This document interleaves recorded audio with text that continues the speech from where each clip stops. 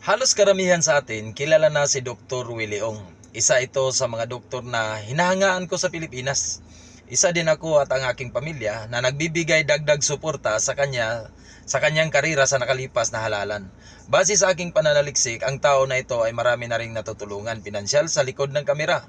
At higit sa lahat, ang pinakamalaking naitulong sa tao na ito ay ang pagbibigay dagdag kaalaman para mapanatili ang ating kalusugan. At hindi lang yan, nagsishare din siya ng mga iilan ng kanyang sikreto kung paano magtagumpay sa buhay. Doc Willie, magandang araw. Isang matikas na saludo para sa iyo sa walang sawang pagbibigay ng kaalaman sa nakakarami. Kaya naman sa araw na ito, ibabahagi ko sa inyo ang mga magagandang aral mula kay Dr. Willie Ong. At sikapin mong makaabot sa huling part sa video na ito kasi naniniwala ako na yun ang pinaka-importante. At siyempre, bago po tayo mag-umpisa, maraming salamat din po sa inyong lahat. At sana matapos mo ang video na ito at kung ready ka na, number 1. Para umangat kahit mahirap, tumulong ka sa kapwa. Tandaan, hindi lang pinansyal ang maaari nating maitulong sa kapwa. Napakaraming paraan, kaya wag nating sabihin na wala tayong pera para makatulong. Pwede tayong tumulong sa pamamaraan ng pagbibigay libreng serbisyo, sa pamamagitan ng oras at effort. Yung kapitbahay mong nalaman mong walang masaing, kung wala ka namang pera at may kaunti ka pa namang bigas, pwede ka magbigay sa kanila. O kahit ano pa mang tulong na magagawa mo sa kapwa. Maging mabait lang kahit mahirap lang tayo. Ayon kay Doc, napakasarap sa pakiramdam na kahit sabihin ng tao na kahit mahirap lang tayo ay may puso pa rin tayong matulungin sa kapwa. Para kay Doc Willie, ang tawag niya doon, astang pangmayaman yun.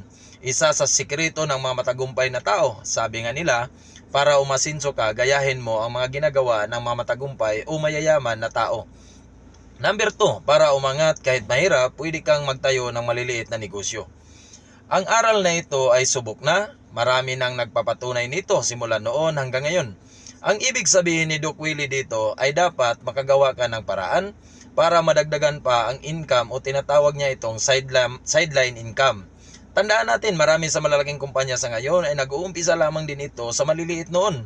Kahit palagi na lang natin itong naririnig at paulit-ulit na lang ang aral na ito. Pero hanggat hindi mo ito ginagawa, panigurado ako hanggang sa ngayon, hindi ka pa rin nakakaahon sa mahirap na buhay. Number 3, para umangat sa buhay, mag-focus ka sa iisang talento mo. Ayon kay Doc, lahat ng tao ay may talent. Dapat meron kang isang skill na magaling ka dito. Meron kang skill na ikaw lang ang nakakaalam o di kaya'y kaunti lang kayong nakakaalam sa skill na ito. Mga halimbawa nito ay ang International Language Translator, isang magaling na pintor, isang magaling na video editor, isang magaling na vlogger at iba pa na masasabi nating unique. Mag-focus ka na doon. Isang paraan lang ito para tuluyan ka nang makaangat sa buhay. Kasi kapag may magaling ka na skill, ikaw ang hahanapin ng tao. O pwede kang mag-demand sa opportunity na binibigay nila sa iyo. Dahil dito, lalaki ang income mo.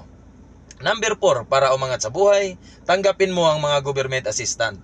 Kung walang-wala ka talaga, tanggapin mo na ang mga tulong mula sa gobyerno. Mapapinansyal man yan para magamit o scholarship. Sa ngayon kasi, nagbibigay ng assistant ang ating gobyerno para sa mga gustong mag-aral tulad ng TISDA, mga libreng patraining, mga basic skills na magagamit para mas madali kang makahanap ng trabaho, local man yan o abroad. Kunin nyo na dahil baka ito na ang unang hakbang nyo sa inyong buhay patungong tagumpay. Number 5, para umangat sa buhay, lumabas ka sa comfort zone mo. Oo, isa pa ito. Paulit-ulit na lang natin itong naririnig sa mga taong nagtatagumpay na sa buhay. Ibig lang sabihin nito, isang parte ito para maabot natin ang ating tagumpay. Walang duda, marami na ang nagpapatunay nito. Ayon kay Doc Willie, hindi po pwede na mananatili ka na lang sa kinalalagyan mo ngayon. Kung sa tingin mo naman na wala ka talagang asinso, o sabihin na natin makalipas ang ilang araw, taon, ganun pa rin ang buhay, sadyang mahirap ka pa rin. Kaya naman, baka napapanahon na para umalis ka sa comfort zone mo at maghanap ka ng panibagong challenge sa buhay. Hanggang sa maabot mo ang mga bagay na siya pala ang daan para tuluyan ka nang makawala sa kahirapan.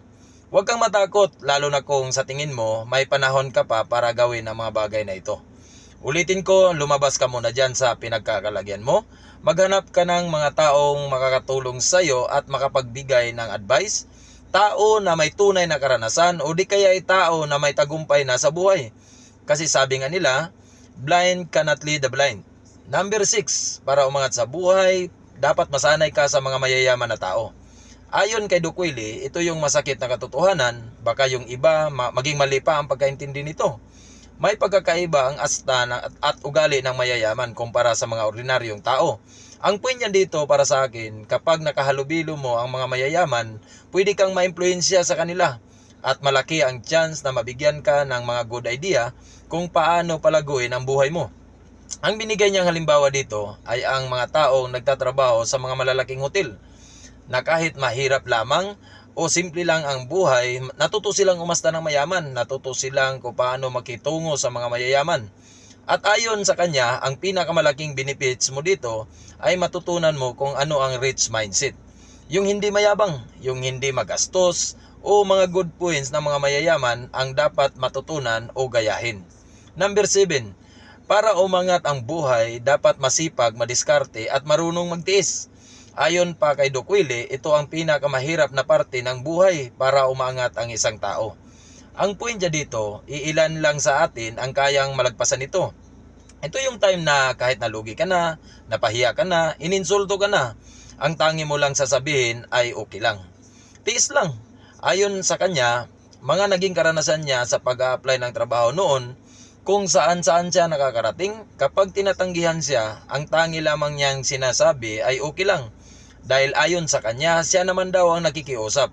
At kung hindi daw siya papansinin, wala siyang magagawa kung hindi magtiis. Dapat hindi magagalit, hindi gumaganti. Magtiis lang ng magtiis ng kunti.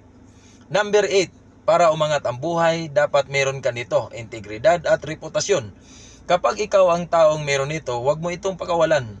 Ayon pa sa kanya, kaya nga daw madalas ang mahirap na pagbibintangan dahil mahirap.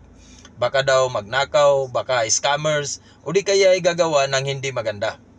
Pero ayon sa kanya, pwede naman daw itong baliktarin, na kahit mahirap, maganda ang reputasyon, kahit mahirap, very honest, kahit mahirap, may integridad. Kahit wala kang pera, kapag may nakaiwan na gamit at nakita mo, ibalik mo. At sikapin mong makapagdagdag ng extra na trabaho, pangdagdag sa income mo. Trabaho lang, panatiliin ang magiging humble. Huwag maninira, at kung sa kasalukuyan ay isa kang empleyado, alagaan mo ang boss mo, pamilya niya, dahil nagsiservisyo ka para makapag-ipon, para maumpisahan mo na ang mga plano mo sa buhay. Ayon sa kanya, kapag ganyan ang magiging ugali mo, maging mabait ka lang, ang point niya dito, malay mo, maawa sa iyo ang boss mo at tulungan ka na makapag-umpisa sa mga pangarap mo. Marami na ring nangyayaring ganito. Number 9, kahit mahirap ka, huwag mag-iinit ang ulo. Tiis lang. Ayon kay Doc Willie, huwag kang manira, huwag kang mambuli, huwag kang mag-post sa social media na ikakasira ng kapwa mo. Huwag kang mainggit sa kanila. Pag mayaman sila, mag-oo ka lang. Oo lang ng oo. Magtrabaho ka lang, maging masaya ka lang, at panatilihin ang pagiging kalmado. Gawin mo lang ang dapat mo gawin. Panatilihin mo ang pagiging matulungin mo. Isang araw, aangat ka rin. Ang point dyan dito, kapag dinaan mo sa init ng ulo ang bawat pangyayari na hindi pabor sa'yo, malamang makagkaroon ka ng kaaway na posibleng magpabagsak sa'yo at sa mga pangarap mo at sa pamilya mo. Para sa akin, napakalalim ang kahulugan ng aral na ito. Pero kung maunawaan lang natin, posible nga na isa ito sa magiging susi ng ating tagumpay sa buhay. Doc, maraming salamat po sa mga payo mo. Maging sandata namin ito sa pag-abot ng aming mga pangarap para kumawala sa kahirapan. Hanggang dito na lang ang ating video. Sana marami tayong natutunan at hanggang sa susunod.